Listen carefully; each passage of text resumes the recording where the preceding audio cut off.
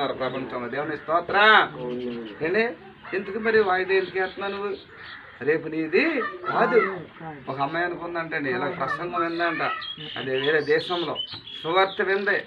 ప్రభు నాకు తెలుసుకుంది, నా పాపంలో కూడా చనిపోయిన తెలుసుకుంది, నాకు రక్షణ పొందుకోవాలని తెలుసుకుంది. అయితే రేపు తీసుకుంటానులే బాప్తీసం అని రాత్రికి రాత్రి వెళ్ళిపోతుందంటండి. కవర్ వేసుకుని వెళ్ళిపోతుంటే ఆ రాత్రి టైంలో యాక్సిడెంట్ అయి చనిపోయిందంట. తన డైరీలో రేపు నేను బాప్తీసం తీసుకుంటానని రాసిందంట.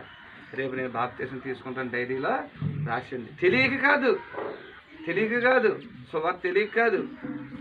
కాబట్టి ఏంటంటే రేపు తీసుకుందాం అనుకోండి, రాత్రి చనిపోయింది. చూసారండి, నీకు వయసుతో సంబంధం లేదండి. చావు అంటే చావు బ్రతుకులు వయసు సంబంధం లేదు. నాకు వయసు ఉందనుకోకు, వయసులో వాళ్ళు చచ్చిపోతున్నారు పోవడండి. నిండు యవనస్తులు చచ్చిపోతున్నారు, ముసళ్ళు చచ్చిపోతారు.